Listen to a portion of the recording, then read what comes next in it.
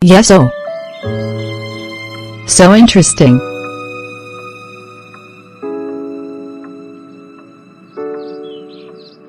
Lord, I worship you. Receive my songs of praise and worship in Jesus' name, amen. Why is she disturbing the peace of this house? I have warned her severally, but she wouldn't listen. Darling, come here immediately. I don't know why she finds delight in pissing me up every morning. Not as if she has a nice voice. Yes, dear. Am coming.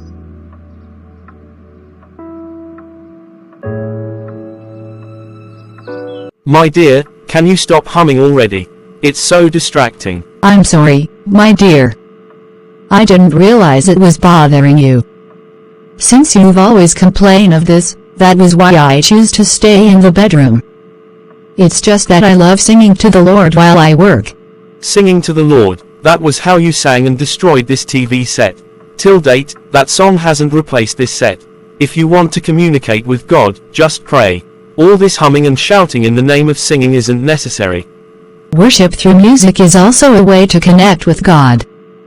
The Bible says in Psalm 100 verse 2, "Worship the Lord with gladness. Come before him with joyful songs." Singing is my way of expressing gratitude. Well, keep it to yourself. I don't want to hear any shouting or humming in this house anymore. I need peace to think. My love, I think there's more to this than just my singing. Why don't we talk about it? No need to talk, just stop singing. I don't want to argue about this anymore.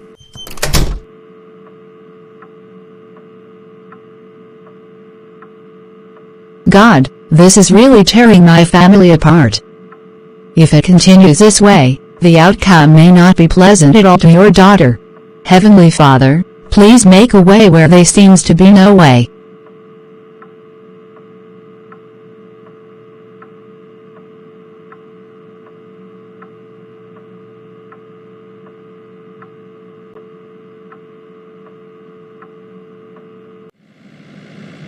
I still don't understand why this concert is mandatory for all church leaders. Since when did singing become such an important part of church life? Why have you choose to focus outside and remain mute since you step into the car? Nothing, I do not want to say anything that will hurt you, but since you need a response from me, it's not just about singing. It's about worship, fellowship, and coming together as a church family. Colossians 3:16 says, "Let the message of Christ dwell among you richly." As you sing psalms, hymns, and songs from the Spirit. Well, I guess I'll have to endure this evening of singing psalms and hymns, because it makes no sense to me. Teaching the gospel would even have been preferred. Try to connect your mind and thoughts to the activities, it won't be as bad as you think. Who knows, you might actually enjoy it. I doubt it. We are a bit behind schedule. I pray I don't miss out in the competition. After all your disturbances with singing and humming, if you don't win in this competition, that is when you will understand the reality. Are you for real? Please, just encourage me. Faith and Music Quiz Night. Thank you, my amiable audience. Good evening, brothers and sisters. Welcome once again to Faith and Music Quiz Night, where we celebrate God's gift of music in our lives and test our knowledge of His Word. It's time for the quiz challenge. Let's meet our finalists. The first contestant is Sister Blessing.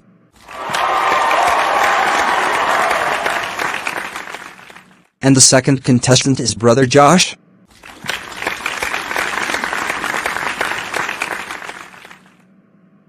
The rules are simple. Each question will test your knowledge of Christian music and its biblical foundation. Contestants will buzz in to answer. The first contestant to score 50 points wins the grand prize, a donation to the church in their name, and individual trophies.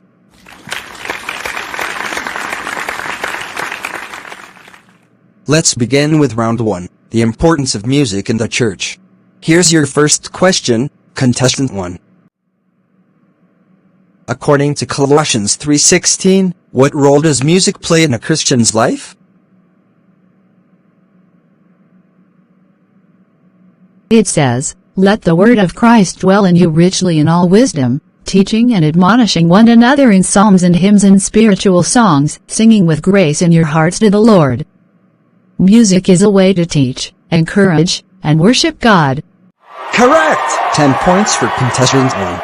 Next question, still for contestant 1. Name one way the Bible encourages Christians to sing, according to Psalm 95 verse 1. Psalm 95:1 says, "O come, let us sing to the Lord. Let us shout joyfully to the rock of our salvation." Singing is a way to express joy and gratitude to God. Wonderful! 10 more points for contestant 1. How am I sure the answers were not given to her before this contest? Contestant 2, it's your turn to catch up. Here's your question. In what chapter of the Bible do we first see music mentioned? Exodus. Genesis chapter 1 verse 3. Not quite. Contestant 1, can you steal? Genesis 4:21. Jubal is described as the father of all who play the harp and flute. Spot on. 15 points to contestant 1 for the steal. That concludes round 1. Contestant 1 is leading with 35 points, and contestant 2 is trailing with 10 points. Let's move to round 2. Practical worship. Well, folks, we've heard some amazing insights into God's Word about music and worship. But let's take this a step further. Worship isn't just about what we know, it's about what we do. So, let's put it into practice. For the final part of this round, we'll ask each team to demonstrate how music can be used to glorify God in a practical way. You'll choose a hymn, demonstrate and explain what it means to you. The audience will help us determine the winner. Audience, are we good with that? I love the response. Please, I beg of my audience. Do not be sentimental but judge with the heart of a child of God. Remember, no favoritism in Christ Jesus. Contestant 2, you go first. What song have you chosen? I have chosen, How Great Thou Art. It reminds us of God's majesty and power, especially when we look at the beauty of His creation. And the lyrics remind us of Psalm 19 verse 1, which says, "The heavens declare the glory of God, the skies proclaim the work of His hands." It's a song of awe and gratitude. That was wonderful, contestant 2. Now, to contestant 1, your turn. What have you chosen? I have chosen Amazing Grace. It's a song of redemption, reminding us of God's mercy. It aligns with Ephesians 2 verses 8, which says, "For by grace you have been saved through faith, and that not of yourselves, it is the gift of God." Both contestants have done a marvelous job, and I think we've all been blessed by this experience. But now it's up to the audience.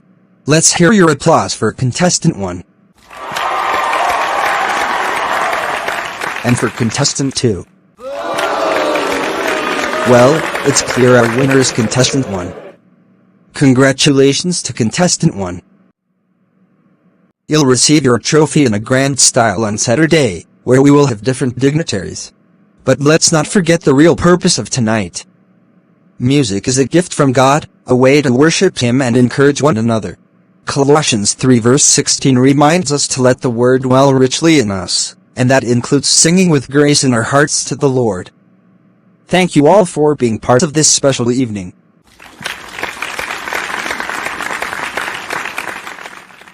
You were incredible tonight. The way you demonstrated was as if you were actually making a rendition of the hymn. It reminded me of why I fell in love with you. And sincerely, I enjoyed every minute of that session. Indeed, music is a means of communicating with God. Thanks, dear. I was so nervous, but when I started demonstrating, I felt peaceful, like God was speaking through me. That's what worship does, it centers us on Him. I realized something tonight, too. What's that?